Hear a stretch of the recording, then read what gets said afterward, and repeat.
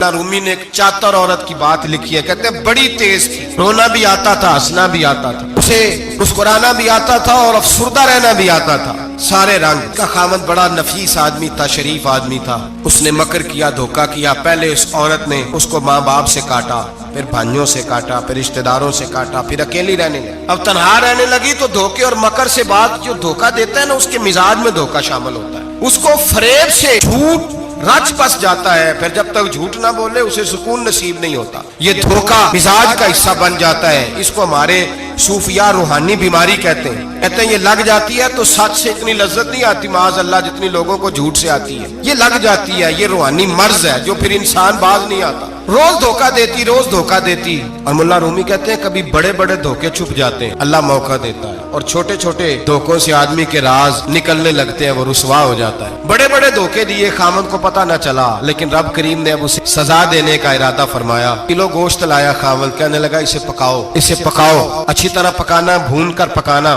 मेरे दोस्तों ने आना है। जब औरत ने गोश्त भूना, खाने पीने की बड़ी शौकीन थी, दिलदादा थी, खुशबू ने सताया तो किलो का किलो गोश्त खा गई। घर के अंदर छोटा सा बिल्ली का बच्चा रहता था, छोटा सा, और उस आदमी वो 2-4 दिन पहले लाया था, उसको दूध वूध पिलाता, प्यार करता। खामद आया, मेहमान आगे, गोश्त लाओ। जब सुरदा होके बैठी है, बाल बिखरे हुए, आंखों में आंसू है, हालात बड़े बिगड़े हुए। क्या हुआ? कहने लगी मैं नहीं चाहती थी आप दोस्तों के सामने रुसवा हो, पर मजबूरी बन गई। गोश्त भून के रखा था, बिल्ली का बच्चा सारा ही खा गया। आपको समझाया था ना लाएगा। सारी जिंदगी आदमी धोखा खाता है, वो कभी नुकसान नहीं उठाता। अगर उसका नुकसान होता है तो वक्ती होता है, नुकसान उसी का होता है जो धोखा देता है। सारी जिंदगी एतबार करता रहा, जब कहना किलो गोश्त ही खा गया। अब अल्लाह ने राज उसका जाहिर करना था, वक्त आ गया धोखे पकड़े जाने का। अहमद कहने लगा मेरी अकल नहीं मानती, इतना सा बच्चा किलो गोश्त खा जाए। उसने कहा तराजू लाओ। तराजू के ऊपर जब रखा तो बच्चे का अपना वजन आधे किलो से कम निकला। उस बिल्ली के बच्चे का उसने तलवार निकाली और जब गर्दन पे रखी, कहने लगा कत्ल कर दूंगा, सच बता।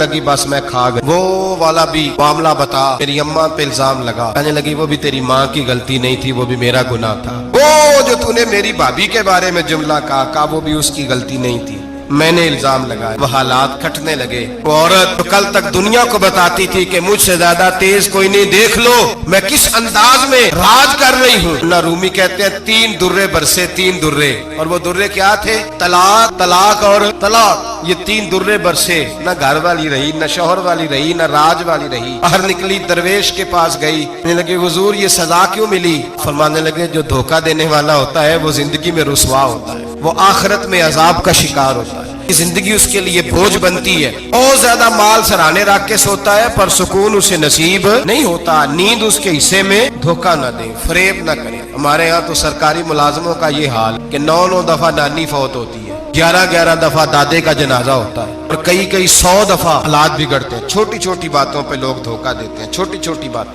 नबी पाक अलैहिस्सलाम ने फरमाया मेरा मोमिन कभी किसी को धोखा, उसके मिजाज में धोखा नहीं होता, फरेब नहीं होता, फरेब नहीं।